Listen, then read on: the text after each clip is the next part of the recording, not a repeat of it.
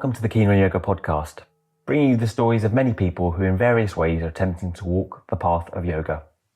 Our intention is to inspire your own practice and commitment to yoga beyond the mat and in all areas of life. We consider this an offering, a service to the community and labour of love. If you feel inclined, any donations are appreciated. Just visit our page and click the donate button at www.keenonyoga.co.uk/podcast. I hope you enjoy the show.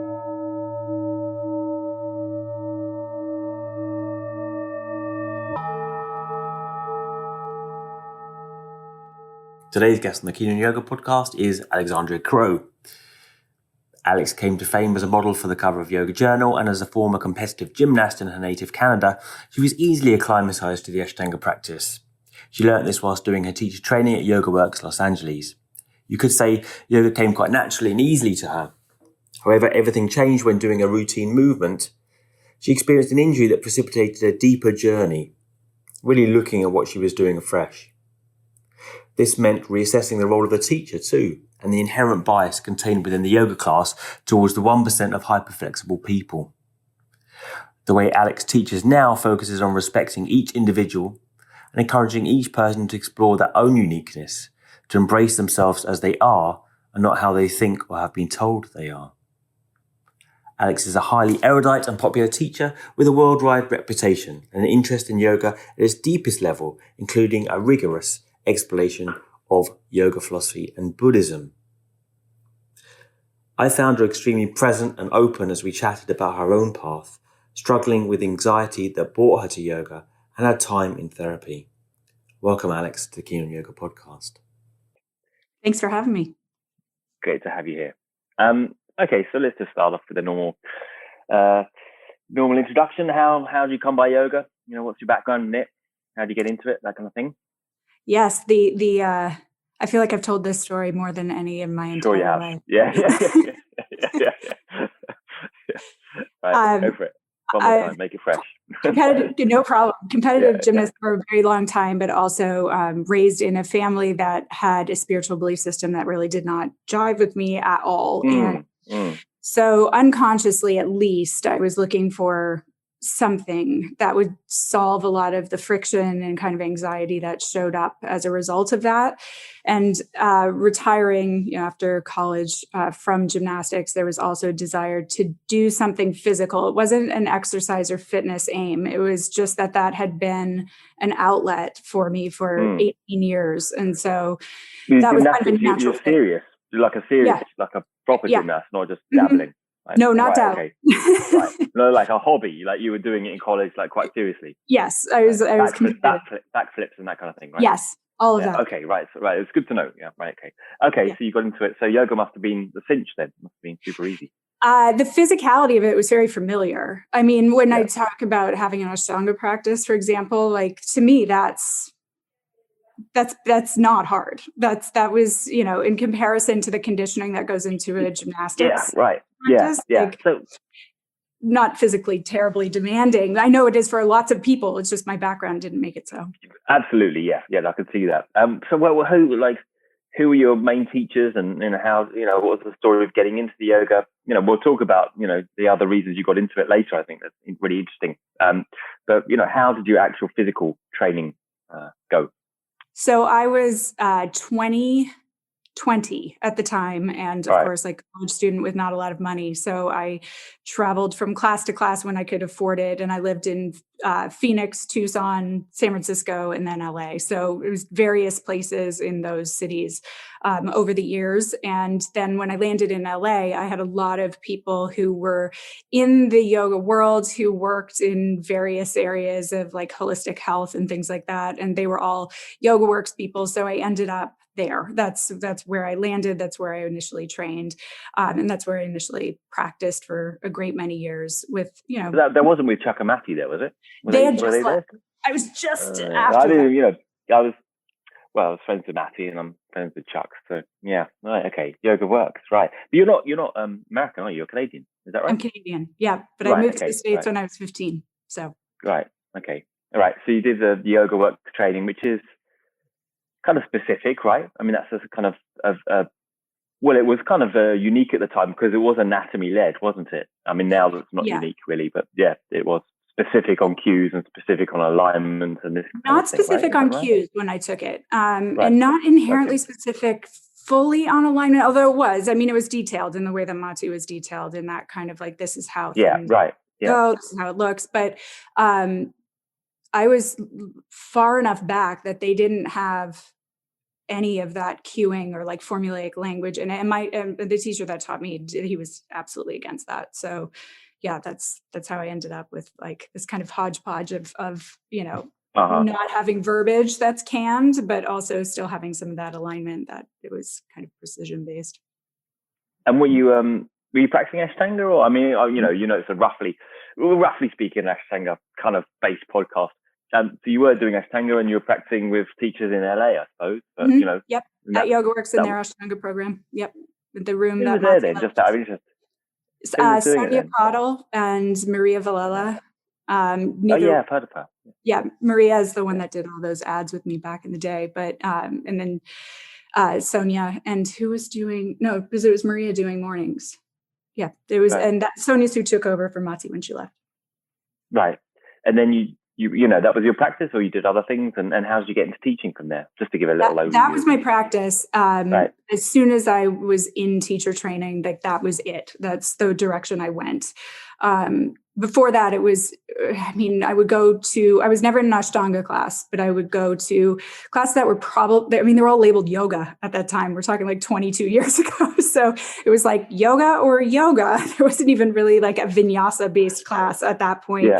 So I guess they would be considered like probably hatha at this point, because they were much more slow moving and much less like flow centric up to that point. My initial class was like a Bikram knockoff.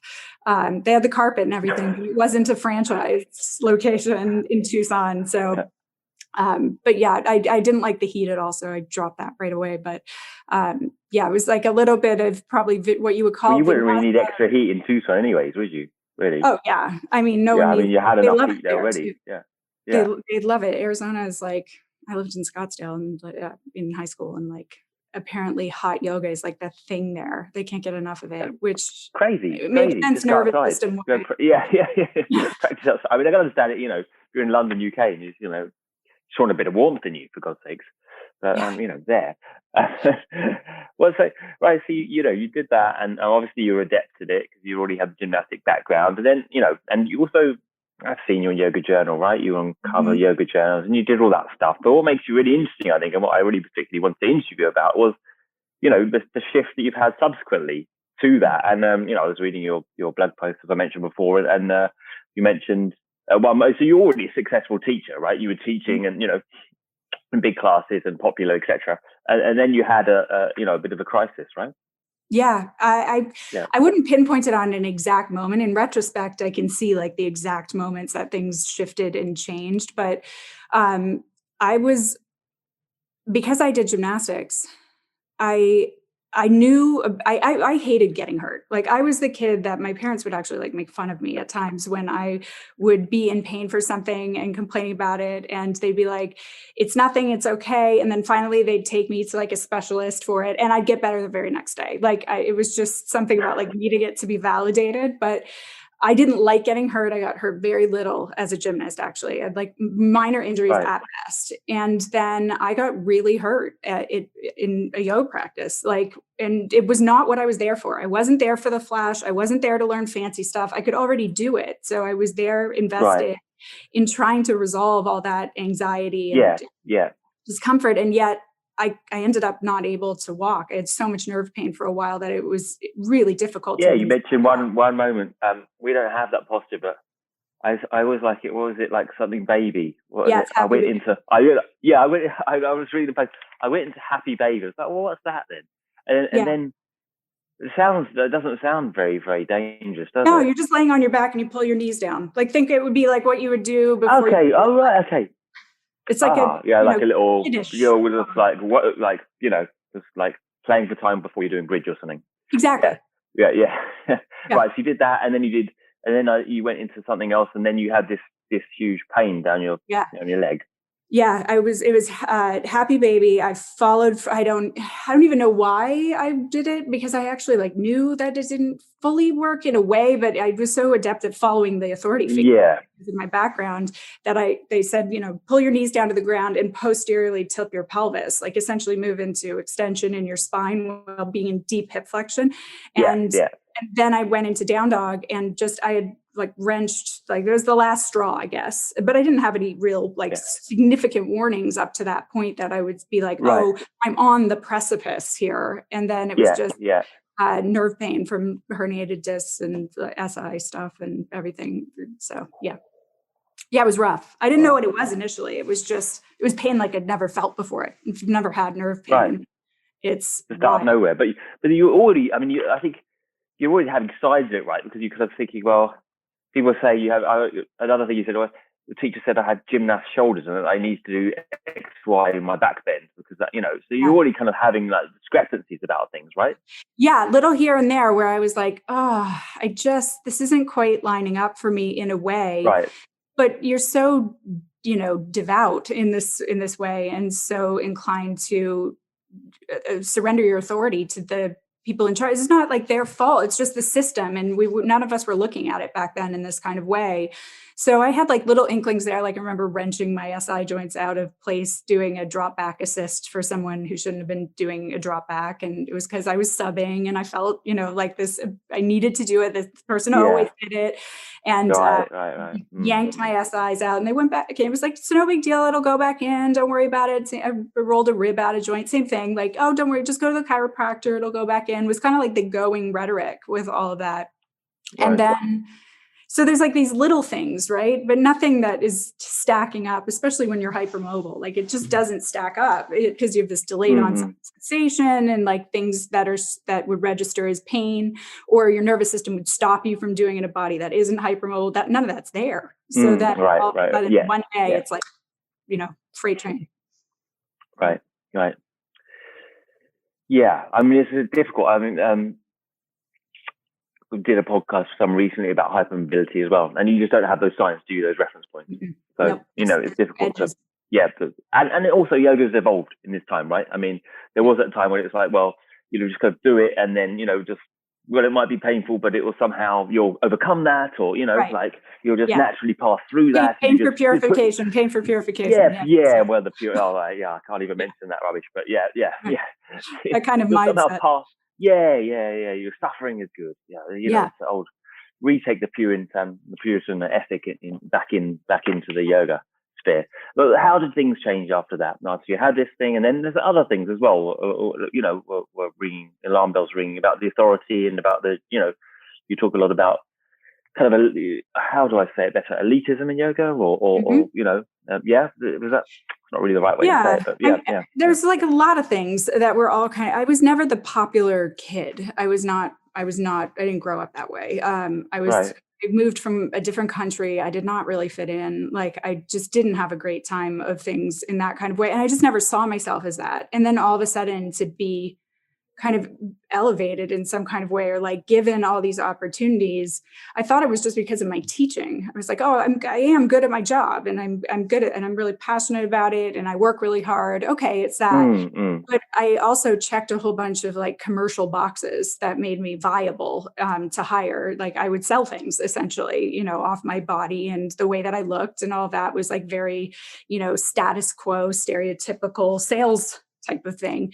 So there's that. And then there was just this kind of feeling of like, something's just off here. And when I got hurt, I went from this person who could do everything to somebody who couldn't. And all of a sudden I realized like, I'm trying to teach yoga to everyone that shows up that day on a level playing field, because philosophically, this isn't about physical attainment or, any kind of physical prowess. And yet I couldn't fully see how unlevel that playing field was and how exclusive the technique was until I was not part of the people who could do everything. Right. Relatively. So then it became like this constant unpacking of like what makes this unsustainable and inaccessible to so many people. Like, why do people say that they're not flexible enough to do yoga? There's a really significant set of reasons, and they're not wrong. Like they're using the wrong word. They're not saying asana when that's what they should be saying. They should be saying like modern iteration of asana, but when they're looking at the pose and they've been told that's yoga, they're not wrong that they're not flexible enough to do that, because you really have to be hypermobile to do most of it in the current way it's taught, at least broadly on average. So there was just a lot of like, well, why is that not working? How could I actually change this and adapt it to make it work better? And then if we say this is lifelong, knowing that techniques evolve and adapt, but that we're trying to not leave people in pain on purpose or like put them through that just for the sake of it, then can't we change the technique to eliminate that, or to at least mitigate it to the point where it's not so common?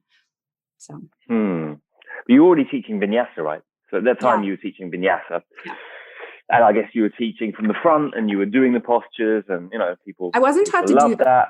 Technically, well, you weren't doing them. No, I wasn't taught to demo. I was taught to teach with words, and I coached gymnastics for a long time too, and you teach that verbally and through drills. So I adapted a lot of my past teaching technique-wise to use it in yoga classes to actually teach people about what they were doing and how to approach it and what step they were, on with them that day. But I wasn't doing.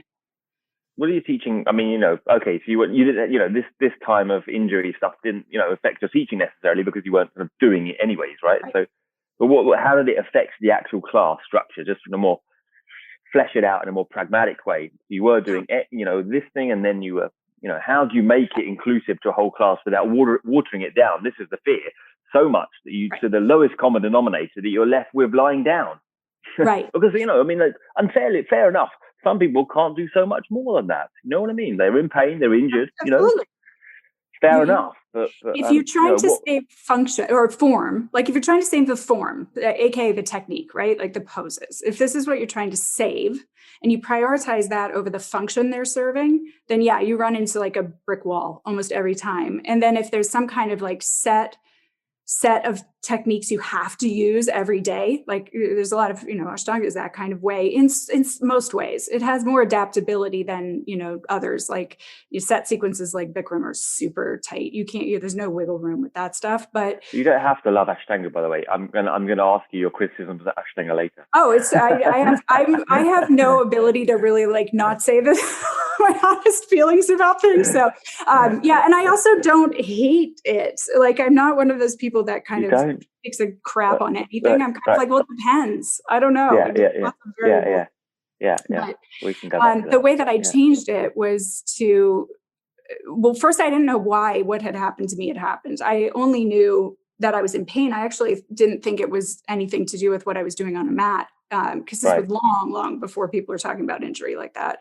So I just started looking at like, well, what's triggering it for me? And then I would go and research anatomically and like mechanically what the physiology behind any of that was. And when I'd learned like, oh man, this instruction or this pose requires this thing that is manufactured or inorganic or outside range or whatever it was, I'd bring it into class and start to adapt it and change it. And I was always looking at the function anything was serving. So like, you did it when you said, when I said happy baby and you went, oh yeah, like that thing that's kind of like just you're laying around and you're kind of like strength, then you go into bridge. I would call it like, it's a filler type of pose. Like it serves this like I got 15 minutes left of this class. I got to put some stuff in here. They're going to lay down for Shavasana. Like, here we go.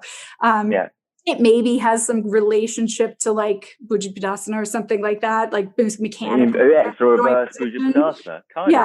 Kind of. But like otherwise, I just look at the function things serve, like child's pose. Child's pose is a rest. It's a place to rest. It's a coming back to, it's comfortable. No one's saying child's pose should be painful or uncomfortable. It was miserable for lots of people. So when I just started to look at like, oh, it's miserable for a lot of people. It requires a lot of range of motion in your feet, your ankles, your hip, your spine that a lot of people don't have. Their bone structure might impede them, or just they're not, they don't have the hypermobility in certain areas, your knees. And so, okay, fine. Why can't kneeling, sitting, lying down. Why can't those all serve as child's pose? Why can't a person pick which one works for them if that's the function? So that's what you do in a class. Just go, well, here are your options. Like, yeah. So Here's what we're trying to do.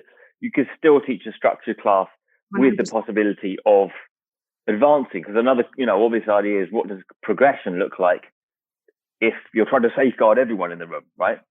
And to me, I'd change that too. I go with function. What does progressing mean? What are we talking about here? Because this is this is all theory, right? That we're talking about concept. Yoga is just conceptual. It's not tangible in that physical sense. So I can't measure it through physical prowess or physical achievement in my mind. I can't measure it even by watching somebody. I can get a semi-decent idea of whether somebody's making more skillful choices, but I got to kind of know them for a little bit of time, or at least need to know the patterns that show up. And you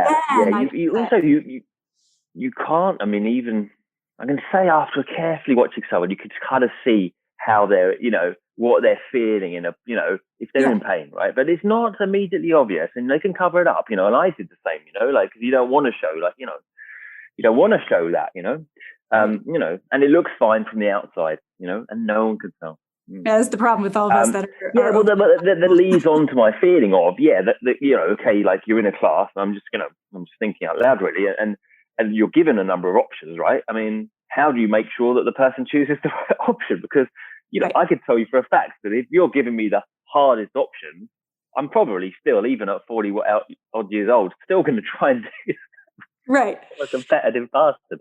So to me, this is how I look at all of it. I know that about you. I know that about me. I know that about people in general, that if I'm dealing with a group of people, if it's a one-on-one thing, it's going to be easier for me to work on. But if it's a group, I know that if I create any kind of hierarchy with things where one is more advanced or harder or whatever, they're going to go for that. And so my job as the teacher is to figure out how to change my language, how to change my approach, how to present things so that that is less appealing, and that it has kind of this no, really make the decision based off your experience. Let's not put so much charge on that, because, we're trying to teach life skills essentially here, right? So if I put as much charge on something competitive in a class and hope they stay away from it, there's no chance they're going to learn that there. You only learn things from the beginning levels. So I have to reduce the charge so that you gain grit and stamina with, resisting things that are unwise for you from these impulses that are, societally habitual for us. So I'll present it that way. Then you accumulate that. Yeah. But I don't. You haven't got the time to speak like that, which is, right. And you are very eloquent. Change things. Outside, social impulses and iterations and, current, sphere of yoga. How do you say in quick terms, in terms of cues, what's the language now? This and not that. So I can use examples this is a really common one that I use because it's so simple and it works really well with certain styles and it's so common. So Tadasana, for example, like Ashtanga style, that's feet together. And there's some wiggle room there for certain people, but in general, it's if you need to, feet hip distance, right? So you've got this binary now. It's feet together, feet hip distance. In a lot of people's minds, it's God forbid you have them angled at all, or you don't have them parallel. And there's this kind of binary that exists in most people's minds. So if I say feet together or feet hip distance, even if I don't really say one is better than the other, I've still boxed everyone in a room into two choices, which is not going to be adequate for everybody that's there. Even standing, that to me seems quite that could hurt people. Sorry. Well, they can't do it. They can't do it. They can't do that. They literally can't. Their knees will hit first. Their ankles will hit together. Their bone structure will impede them. If you start looking at people's legs, there's plenty of people whose legs are kind of shaped like an X, where when they try to bring their feet together, their knees hit.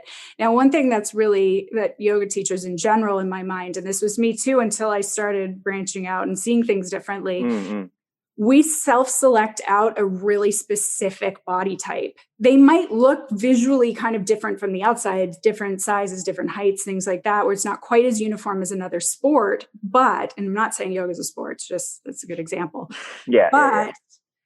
they have a very similar bone structure and they have a very similar range of motion. And it's actually a quite small group of people that we're selecting. Like if we were to look at it from like one of my huge areas of investment and study and, research is hypermobility and EDS. That's at tops, when you're talking about the spectrum, at tops 20% of the population. And really the one we're talking about is more like 1 in 5,000. And yet it shows up in droves in yoga classes. Same with like people who have leg structures that are pretty similar. I couldn't give a number on that, but I can say that like if you compare the leg structures required to stand with your feet together against the general population, you'll start to see that that is so not the most common leg structure out there inherently. So they can't do it. So sometimes in my mind, because it might hurt them, sometimes it's because the people in front of me, I'm watching them and I can see this is what was happening. I'm like, that person, I used to think it was just like an anomaly or they weren't trying hard enough. They just needed to come back more. Something would shift. Like it's all unconscious kind of thinking, but eventually their feet would come together. No, I was wrong. Like it's just not possible for a bunch of people. So then I have to go, well, Tadasana is not about standing with your feet together. That's just the visual way it's been depicted. And that's the way that people have said it goes, recently. I have to go, and it could be off of what people think it's about right now. Like it's a blueprint pose. It's a, coming back to zero. It's a pause. It's stable. It's anchored. It's rooted. Like people have lots of descriptors for it. So, okay, that's what it's about. Now, does it matter if they stand with their feet together? No, of course not. You can accomplish any one of those without your feet being together. Is it required that they face straight ahead? No. What if you have bone structure, like I have torsion off my lower limbs? That means like that actually becomes injurious when it's part of a sun salute or something like that, to stand with my feet in what turns my hip into medial rotation. So I would just start to strip it back. So for me, when I'm teaching, to answer your question of like, how would I approach that? Okay, I'm not going to sell to people. If I say mountain, like the immediate thing people do if they don't know yoga, they stand with their feet real wide, right? Like, because they want to make the shape of a mountain. But in my head, I'm like, standing wide leg forward fold, I'm going to have a hard time selling that. Like that's the prep up for that. Okay, I need to get this across to people in a way where they're like, oh, okay.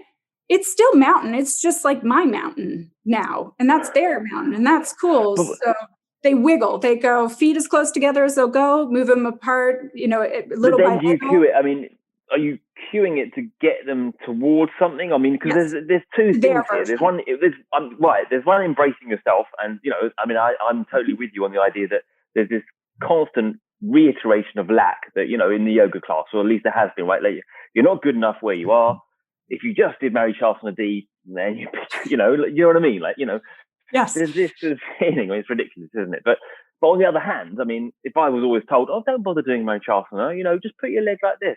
I never would have gotten the rotation to do it. So I'm not saying yoga's yoga's osteopathy or chiropractic. In fact, I definitely don't agree with it that it is. But on the other hand, how do you cue someone who may be able to go further, whether it's mountain or Tadasana or whatever else, into not being lazy as well? Because Good question. And I worked through all those iterations. It was like, okay, well, maybe they're not there today, but let's prep this up in a more like that's the obvious thing that comes to mind. Yeah.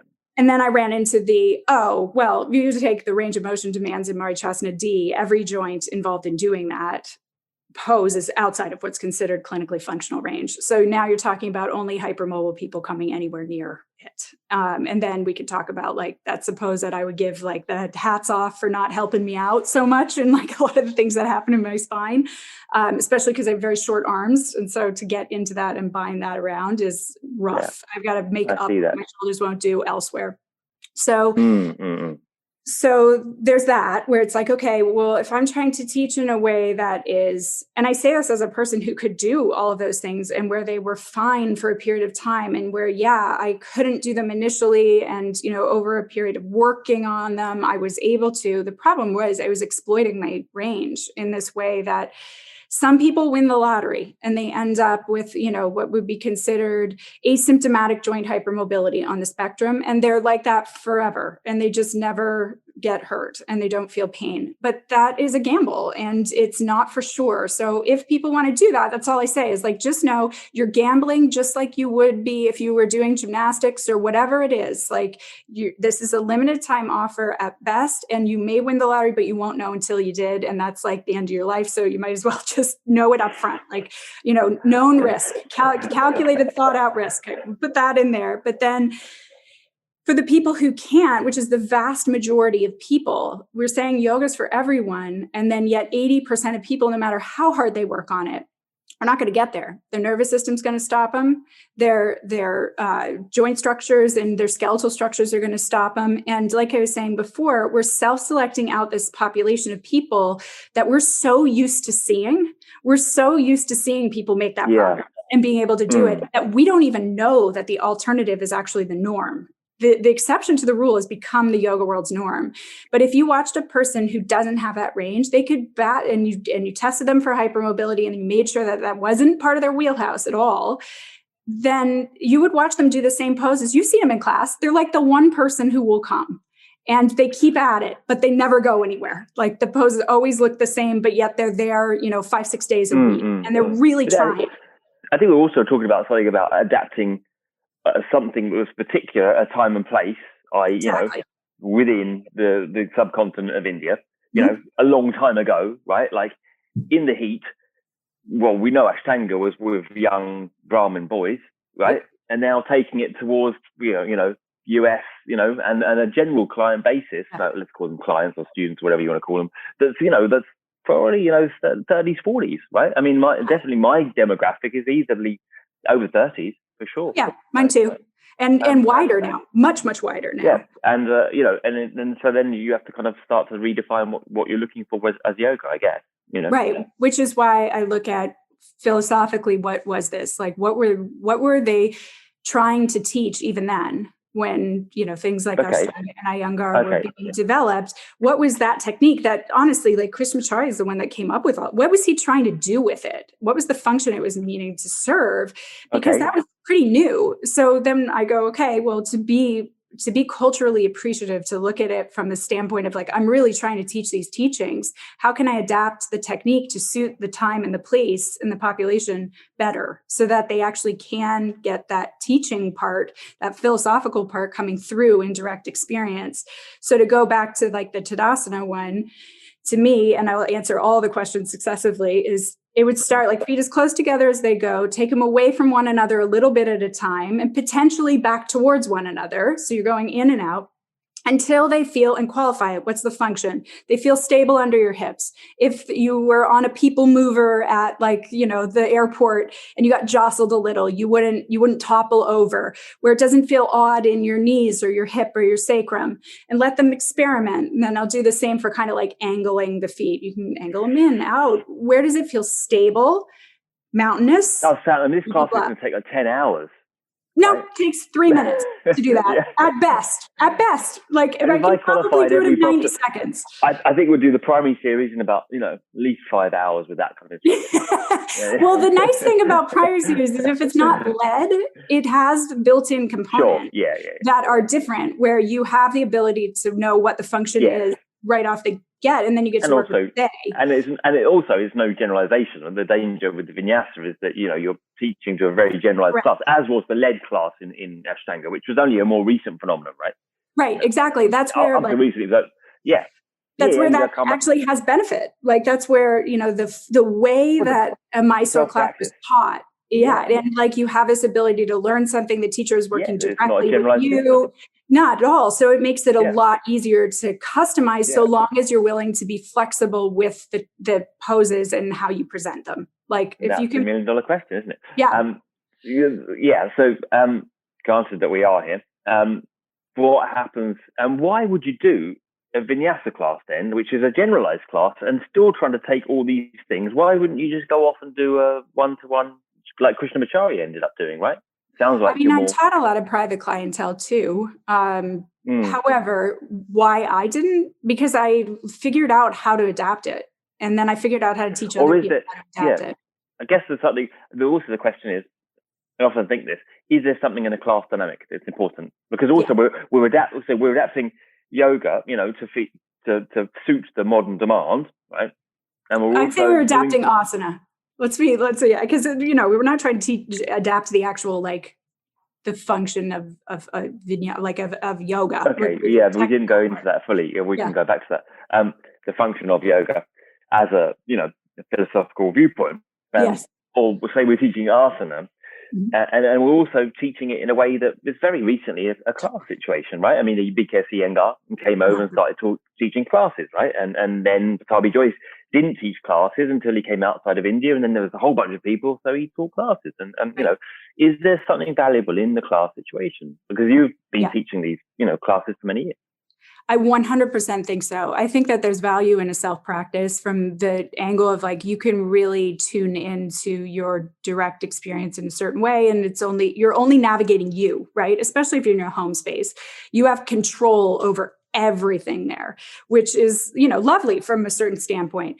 But what it lacks and what a group class has is you're not in control of the environment you're in. You're only in control of your personal agency and exercising it, your choice within the group context. But you don't get the control of who's next to you and what they're doing, what the teacher's inherently presenting that day, what the sounds are like. There's all of these real life experiences that sometimes I think yoga teachers, they try to suppress them and they want to turn yoga into a spa experience. So they want everybody to participate in a very specific way so it doesn't bug anyone. I'm but that doesn't translate to regular life. Come on, use this experience to your advantage. The sounds are there. Let them be there. They bother you? Fine. Pay attention to something else. Or you have the ability to exit the space and you don't have to listen to them and just be frustrated by them. You don't like what that person's doing next to you? Are they hurting you? No? Okay, why are you bothered by it then? Because it's not about you. And then the teacher's presenting something. And if they're a very skilled teacher who presents in a way that amplifies agency, then you can start to watch where they're giving you the option to make your own choice. They've given you enough information to make it well. And yet you want to take the habit. You want to do the thing that, so-and-so told you was the way it goes. Or you want to this is going to be, I'm going to achieve the pose if I do this. Or look at me, I did it today. Whatever habit it is that doesn't inherently serve somebody to use all the time, they have the chance in that environment to go, she keeps saying, I don't have to do it like that. She's not coming over here and making me do it. She's not putting her hands on me. She's not saying my name. She's making general suggestions that maybe I consider what it would be like not to engage with that habit. And look at me wanting to do it. And so that only happens in my experience in those group classes. I like it. I like that expression, amplifies agency. It's a good one. What about the fact that you've got Krishnamacharya, certainly, Iyengar, certainly, Patabi Joyce, pretty much. They're pretty dictatorial, right? I mean, they're pretty dictatorial teachers, right? And they definitely don't amplify agency, right? At all, right? But they're presenting the method of asana, and behind that, one assumes at least that they're trying to one assumes they're trying to convey some teaching of yoga, in a more, full capacity. So where does the teaching of yoga come in if the individual has complete agency over how they take it?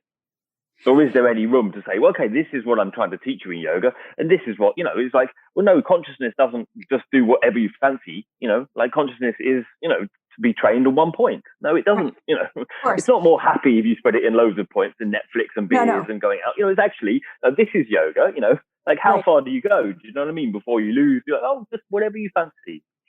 So I think if we were to look at it from an angle of yes, I totally think that they were all trying to teach the same thing. If we were to look at, enduring discomfort or doing what is uncomfortable, or we could call it unfamiliar and perhaps different than what you've been used to. And yet your pattern you've been used to is actually destructive to you in some way or harmful, but doing the opposite of it is really uncomfortable. So I think those ideas are built into those systems that you're talking about. But what it was built on ended up being like this physical discomfort to endure, when in truth, we're talking about the discomfort of choice, the discomfort of, doing what works for you, despite what the system tells you have to do, right? Like this is the freedom mindset of a yoga practice in my experience with like what they were all talking about. Is like, you think it has to go this way, and it keeps causing you friction to try to make it go that way. You think you have to go to this school or be married to this person or have this much money or, follow this line of faith system or whatever it is. There's this behavioral pattern you've been told is the way. So we're going to try to go like, that's not inherently the way it goes. And if it's causing you suffering, then there's another way. And you can free yourself from having to repeat these patterns. Okay, great. That's in a lot of them. But the technique they were using was so physical and so domineering and so reverent to the tradition that everybody ends up kind of like this cookie cutter of that same kind of person, where they're kind of like paying homage to the system. And said, if it was working, then there would not be a meltdown in yoga people when you say like, you can stand with your feet differently. But like people just freak out and they're like, oh my gosh, like, but so-and-so said it doesn't go like that. Okay, so now we have reverence to the person. But this tradition says it has to go this way. Oh my gosh. And then, but aren't they going to get hurt? Isn't it going to create? And then they'll list like myriad reasons why they could get injured from standing in a way that feels wise for them. I'm not saying inherently comfortable. They're having to pay attention, make choice. That's uncomfortable. It's hard to pay attention to what you're doing and why you're doing it. So, but they freak out, right? So they're like, creating an attachment. Yeah. So that's the thing for me, is that we actually created an attachment, and we created human suffering in the exact same patterns in the systems that we adapted off of and utilized in these modern times. And we don't even have to unpack your past at this point. I just have to go, oh, wait, you think that the police or like a government agency are going to come get you if you, or an ambulance is going to come if you stand wisely. Yeah. Okay, I think we have a problem here because that's not true. I know. I mean, I would have a hard time kind of suggesting that people stand with their feet apart. I can tell you that. Like it makes you uncomfortable. But no, Chucky always used to say to me, "I'm not the yoga police," Yeah. Out of his own mouth, which I liked. I took that one. Right. So let me say though, that's what I riffed off of for years. It's like, I felt uncomfortable too. I was a gymnast trained by the Canadian Olympic coach. He was Russian. Right. Like I was about like, this is how it goes. This is how it looks. This is what gets you the score. Like that was that's how I taught. So this idea initially, like I might be wrong, or there might be more to the picture. And I'm not saying standing with your feet together is 100% wrong. I'm saying it's not right for everybody. So it's not to eliminate that. And it's not to eliminate hips distance. It's to say there's a million choices in between that may be true for the person in the moment. Can you figure out a way to get them to engage with that? They make the right choice for them, so that they realize in fullness when, Chuck says that I'm not the yoga police. I'm like, I want them to get that message. I don't want it to be like theoretical or something that, kind of trickles down over 40 years, or they have to get hurt to really hear. I'm like, no, it would be the same. Yes. Yeah. But on the other hand, I mean, I think there's something about, I have a mixed feeling about tradition, but there is something about giving yourself to the tradition, because yoga is, essentially, I think we would agree it's something to do with getting rid of egoic or misrepresentations of self, right? Yep. Absolutely. Stripping down, to a clear awareness, which is less vested in, unhelpful aspects of identity, right? And to some respects, it seems that you could easily go in that direction more, giving people more. I mean, the idea, the enjoyable thing about tradition that a lot of people like is that they can forget about, certainly with the Ashtanga one, right? Is that you've got the system. Well, before you injure yourself, but before that point, you can, I'm just thinking, I'm just reading your mind there. But, before that point, you can forget about your individuality. You don't have to decide for yourself. There's too many bloody choices in life, right? Like, and so is there, what about tradition? What do you think? I don't inherently have a problem with tradition in the broad sense, or like, I would say that I'm an untraditional traditionalist. Like, I am very staunch on what I'm trying to teach. Like, of course, I learn more all the time about the concepts that are underlying the technique I'm using, and like what is driving all of that is constantly like deepening. But so I'm very much like one of those people that will be like, that's not it. This is it. Like, this is actually what yoga is. And I'm sorry, it can't be, a goat with fireworks on a paddleboard doing a handstand in a lake while taking a picture for Instagram. Like, that's not, I'm sorry, it's not it. It's just, there's Sounds no good, way. I'm sure you've done it. I mean, you're all time. the things. But, yeah. But what? No, you're saying about yoga, and yoga is this or that for me.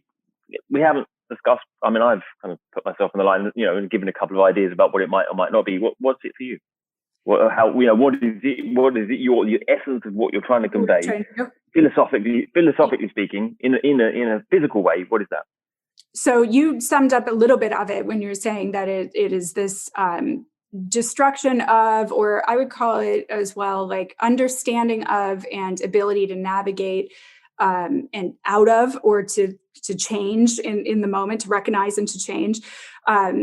This kind of ego-driven behavioral pattern, not all ego, obviously, because we're not trying to die. Like, we need to be here with our bodies and like you got to participate. But yeah, it's a blunt instrument saying ego.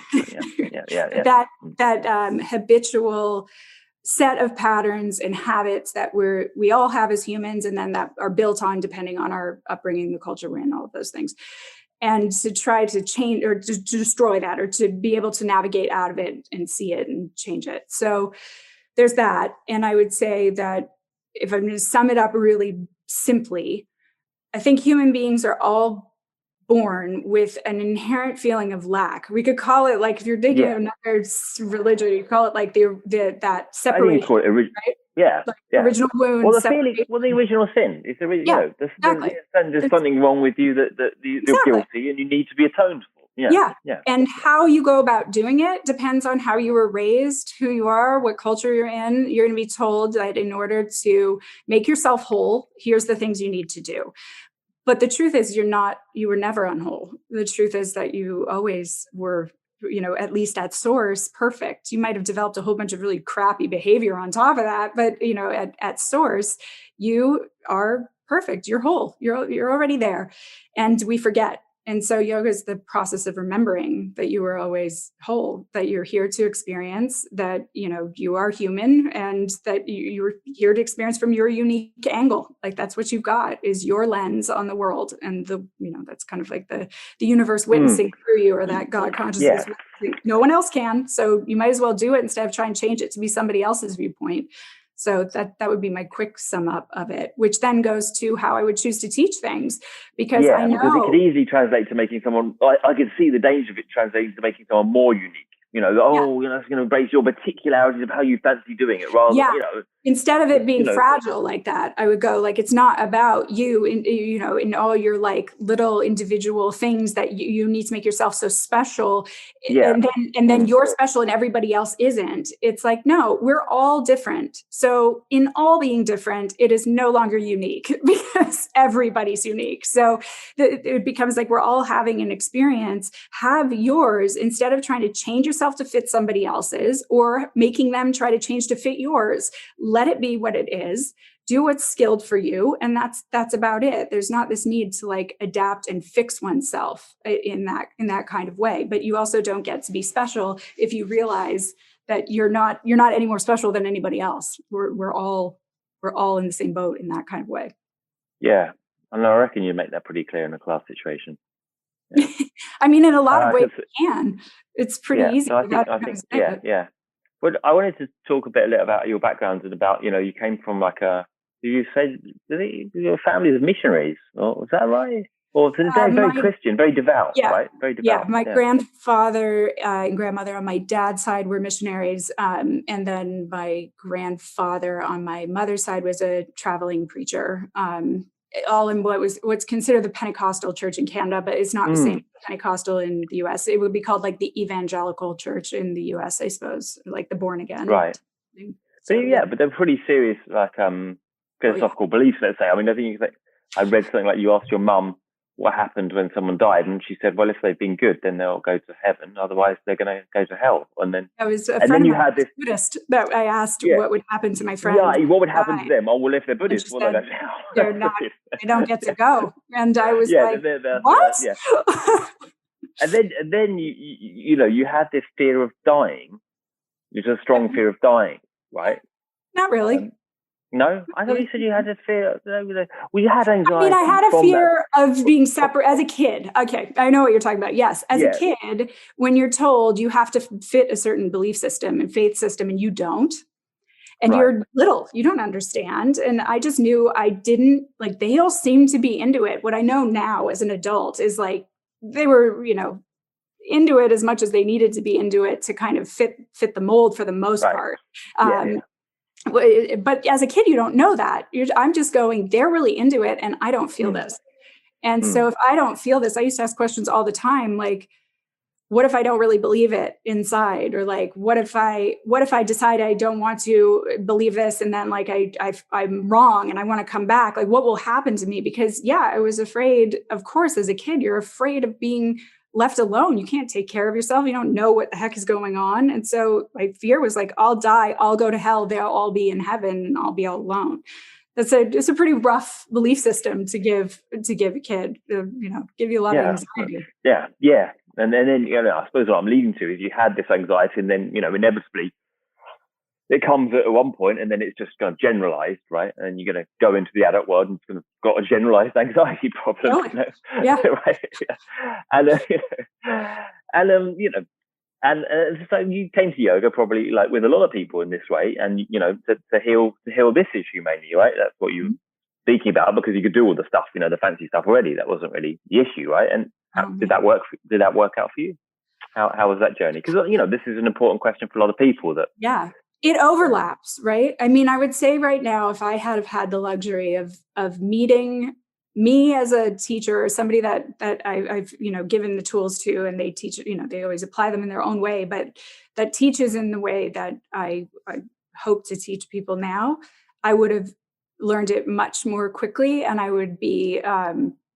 It would have been difficult in a lot of ways because it was so diametrically opposed to my mindset at that time, but I definitely could have avoided some of the pitfalls. However, I didn't. And so I've ended up in this place where, I wouldn't be who I am now, and I wouldn't be able to give the teaching stuff that I do now without this path. So there's that. But it worked out sort of initially because it was familiar. And somebody who used my body to, I have ADD and things like that. So moving and doing things is probably why my parents put me in gymnastics when I was 2, is I needed to be doing stuff. So it perpetuated that. And it was that familiar pattern of like being exhausted in a way. Like I'd exhaust myself out from physically doing stuff and then I'd sleep. But really, I'm just, like begets like, I'm just perpetuating this whole cycle of like constant stress and being in this stress response all the time. However, it was so normal for me that I didn't know anything. So it helped initially. It helped initially. Then I got really hurt. And fortunately, I'm a huge advocate for therapy and mental health stuff like that. So I'd been in therapy like the whole while as well. And when I couldn't physically practice in those ways anymore, then I found a meditation practice that suited me for a while. Problem was that I also can, as a person with ADD, we tend to be able to also hyper-focus, which means that I could just hyper-focus. Right. If I'm interested and into something, I am all in on it, and it's the only thing that matters. So I can hold like my breath pattern. It was the Theravada Buddhist meditation. So I'd just hold it and watch and watch and watch. The problem was I would use it to avoid feeling anything. Like I would just, here I am. And that's what I use the physical for.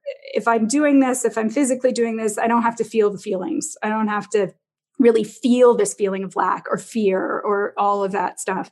So temporarily band-aided a lot of it in those sorts of ways, but there was an underpinning that was working. There's something about studying and teaching and reteaching and restudying philosophy and understanding it, that combined with, therapy and then further developing physical techniques that actually created a nervous system balance or an opportunity for it.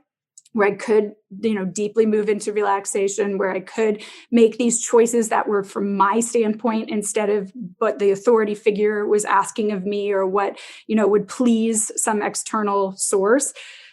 So all of those things combined together, they ended up working, but it would be folly for me to not say that I also didn't give a huge amount of credit to therapy and to my therapist over the years, and to, some techniques that people wouldn't inherently look at as from the outside and say, oh, that's yoga right now. But I would deeply call yoga, like me laying around on the floor, doing little of this, little of that, and like really noticing what's going on. And we call it like a mildly moving meditation. Without all that, I don't know where I would be. So the process worked, I suppose. Like philosophically, the process worked of constantly paying attention, evaluating, reevaluating, like, changing patterns. That worked. And I do find, I will never forget it. The first night of my teacher training, my original teacher said, "You are not your thoughts. Not everything your mind says is true, and you don't have to do everything it says." And like my mouth must have been hanging open, because I was like, that is so relieving in so many ways, and yet so terrifying in other, like, I have no idea how to do that. But this idea that my mind didn't have to dictate everything. And oh my God, that was so relieving. And so that's built right in there. And so I would say like that would, yoga worked, because that was the first time I'd ever heard anybody put it that way. And it made sense. And I was like, I want that. I'm going to figure out how to make that more of what life is.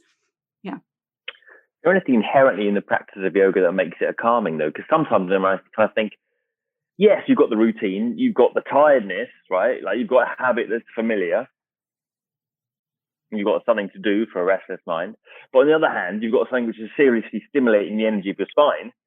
I mean, 100%. I can tell you, I don't know how far you got with the system, but when you go further into all the leg and the weird I finished stuff, second. Right. Well, you start to get into advanced B series, and then you find, right, that you're doing really odd stuff. And, I can tell you, sometimes you kind of wonder, right? It can make people kind of more anxious, I think, for the very 100%. Advanced down. Is that your experience? Oh yeah. It's incredibly nervous system stimulating. It's, sympathetic system triggering and amplifying. So, for sure. And I was a competitive gymnast. I lived there, my family life, and then that, like, they all go together. You're a magnet for that which is out of balance, and you'll perpetuate it. So I think that's why you see a lot of people that have, maybe more extreme backgrounds of like physicality, or, not that it's extreme, but like there's a lot of people that get into things like Ashtanga with addiction and things like that, because there's stimulation and then this need to stimulate, and it's, healthier, I would say, in a lot of ways than other things. It's a healthy addiction.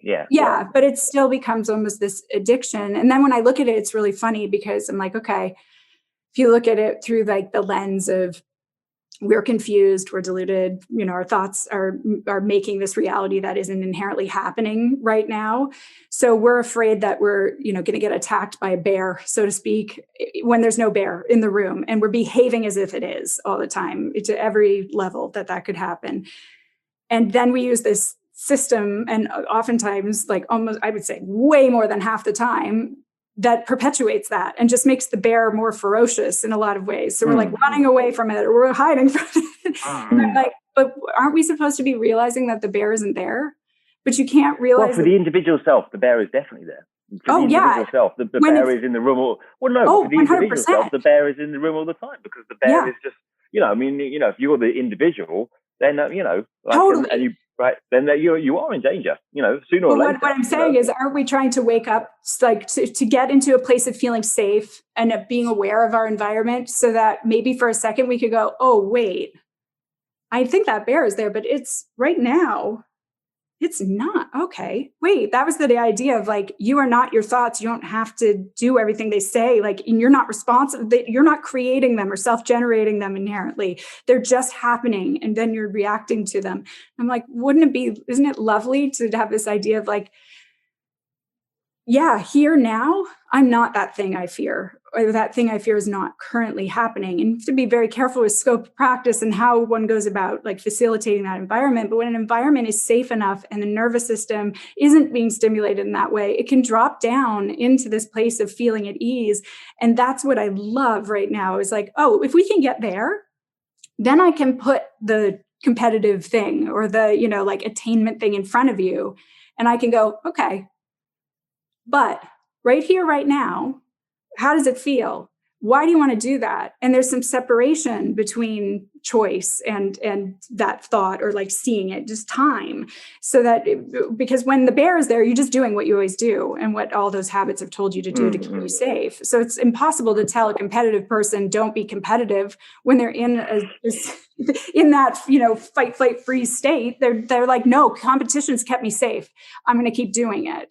And so they push for it. And I'm like, how about if we backed off and saw what was going on right now? And we said, it'll be safe enough for you not to, and let's see what happens. There's the depth of it in my mind. Alex, I've got so many more questions to ask you, but I know you're conscious of time. And I just want to say a quick one. What does your process look like now? What does your practice look like now? What are your aims or goals for the future? Yeah. Now it depends on the day, honestly, and what's going on. I still have a nervous system that is it's hard. It will always be. I have HEDS. I'm hardwired to run hot and to, be up like that. So I'm very conscientious of doing things that are down regulating, that are, safety driven, like making sure that I'm going to be able to sleep. And so I lay on the floor a lot. Like I lay around in constructive rest a ton, and just doing things that are like small little movements or just meditation on single points. And that's about it. But it's all of this like balance. Okay, let's create balance. Let's get down. And then I do a kind of chronic amount of studying because I'm constantly representing the same ideas over and over. And, a good chunk of that is always led by all the philosophy stuff. And then it's not yoga, but as I've said before, like I thank my therapist for all the years of like continuity that's created, and this ability to really have a safe place and things like that then I can bring out and experiment with in, my own practice as well as in life. So that's where I'm at now. It won't look like anything you'd see unless you want to see me laying on the floor, it's not going to look like much that's shown on. So you're not doing that much physical. You're not so much physical asana based stuff. No, not like that. I mean, not in that way. You don't miss that, all that gymnastic stuff you did. You don't miss it. No, I did it forever. I mean, sometimes I miss gymnastics. I don't miss the physicality. I miss flying through the air. That is fun to be like, the awesome stuff. And I by no means diminishing other people's experience with it. But when you can fly through the air, doing a press to handstand is not that exciting or fun. I want to, so flying through the air. Yeah. And the next time I'm in London, my friend Jenny and I are going to go to adult gymnastics because she did gymnastics too. We're going to go do. I know Jenny. Yeah. Well, I wanted to talk about your thing with Yoga Alliance. That was really well written. Definitely look at her blog posts. They're really, really good. And that comes from me, who's quite a staunch critic of writing. Well, can you just tell me advice for a younger self, just to end, a guilty pleasure, and don't say, I'm not guilty about anything, and an inspiration, and it can be a book or a person or a thing or whatever. Yeah. So sure. Advice for a younger self. Younger self. I wish I had have known that my worth is not derived from what I look like or what I can do for other people, and that I don't need to derive my worth from pleasing other people or breaking my back in order to help them or to make them in some way. And I'd say you're worthy on your own. You can do that. You don't need to do that from that place of hoping that will make you whole. So tell myself that I'm already there in that way. The wisdom of age. Yeah. Indeed. Yeah. Okay, a guilty pleasure. What do you like to do outside reading about philosophy and Buddhism? I like many things. Comedy is my guilty pleasure. Comedy. Oh my God, yes. Well, Canadians there's a big tradition of comedy there, right? Yeah, especially Toronto. That's where I'm from. Yeah, right. Yeah. Mike Myers, Jim Carrey, like we get Lorne Michaels, all the goodies. Yeah. I'm a huge stand-up comedy fan, massive. I've probably watched every special that exists, and so like comedy podcasts and all that are my and one day I will do it. I've done enough public speaking over the years that I'm fairly. Do some comedy. Oh yeah, that's my secret desire. Fantastic. That is the best. That is the best one I've ever had in terms of when I say a guilty pleasure, that's a fantastic pleasure. Okay, and inspiration. Something that inspires you. I think I'm going to have to go with I have a handful of really dear friends around me that I would put in the friend category. Without them knowing, they would fall into the teacher category just in life. And that handful of friends has been so instrumental in showing me what grace is like, what letting somebody make mistakes and still being there is like, at endurance, at just living. So I would say that they kind of constantly inspire me by just how they live. Huh. That's nice. Yeah. Right. Well, there you go. Thanks so much, Alex. Thank you. You're welcome. Wonderful podcast, and thanks for coming. Oh, my pleasure. Anytime. Okay. Let's say Yoga Physics is the website of. That's Alex, my website. Right? Yep. You can find me on Instagram. It's a good place to find me. She's very, very Instagram friendly. All right. Okay. Thanks, Alex. You're welcome. Thank you.